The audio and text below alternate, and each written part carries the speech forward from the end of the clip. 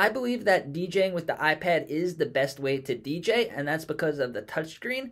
And in this short video, I want to show you some kind of hidden touchscreen features for Djay Pro. Number one is going to have to do with the crossfader. So you could use the crossfader by sliding your finger left or right, and it functions like a regular crossfader would on a controller or a mixer.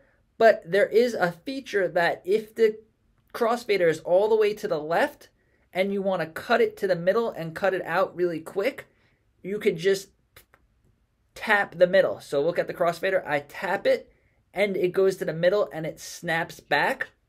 Now, why would you want to use that? This is because when you're DJing with a controller, it's much easier to move the crossfader and get the muscle memory of moving the crossfader for DJ tricks and scratching. But with the touchscreen, you could do it, but it's much harder. So now if I wanted to do a chirp scratch, watch this.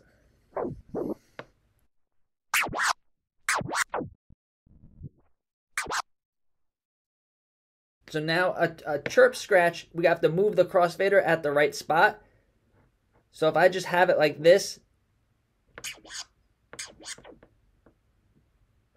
it's really hard to do it by just sliding your finger. But if I have it over here, now I'm going to hold in the middle. So now both decks are active, but as soon as I let go, it's going to cut it. So watch.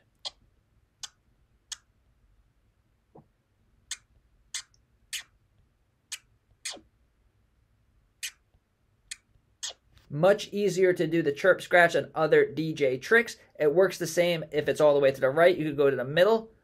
If it's in the middle, if it's all the way to the right, you could go to the middle. If it's all the way to the left, you could go to the middle. Another feature that is really cool is if you move any type of knob or fader, if you double tap, it'll bring it straight back to the middle. Next one is another kind of hidden feature is you could scratch. If you scratch with one finger, then it's going to scratch. Everything is going to work. But if you use two fingers, it's going to scratch while cutting the crossfader. So this is what it sounds like. Regular scratching. And then if I do two fingers,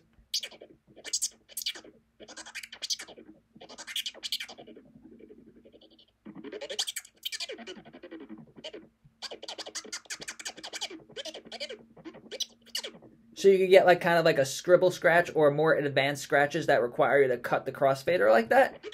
So that's if you use two fingers.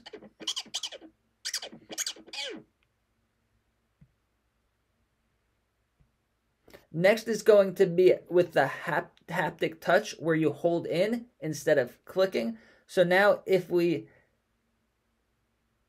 click our music sources there, it's going to open our music sources. But if we hold it in, now we get all of these other features. One is eject. That is just going to get rid of the track just like you press the eject on a CD player. The next one is going to be double. This is really good if you are playing a request or a song that you don't really know that well and you don't know how it ends. You could listen to the same song on double in the headphones that no one else can hear, and then you know how it ends, or you could find your place to mix out. That's what I use the double feature for. There are other ways to use it. Next is Shazam. Now, if you're somewhere at the mall or somewhere and you have Djay Pro on your phone or your iPad, you could actually analyze the song through Shazam, and then you could find that song and matching songs. Really cool feature. I think it's very underused, but the feature is there. And then next is the built-in scratch tool. This is the scratch tool I use. It has a lot of cool sounds. It's made by DJ Qbert, and it's really good for scratching. Has all the scratch samples you need to practice scratching and then to scratch live. Another feature that is kind of underused is going to be if we press the middle button, and now you could do effects with your hand. It's not really a touchscreen feature. It uses more of the camera, but it tracks what you do with your hands, and it's kind of, they thought, kind of was going to be like the future of DJing, to DJ, like haptic DJing, to have your hands like that, augmented reality. This came out when like the metaverse and all that was really popular and VR was popular, but I don't think this feature catched on very well. I don't even know if anyone uses it, but it is there. It's pretty cool, but there's really no good reason to use it. So there are some features that I think are really cool that involve the touchscreen. I just wanted to share them. And if you guys want to see my full beginner tutorial on this app for the iPad, check out this video over here. Thank you.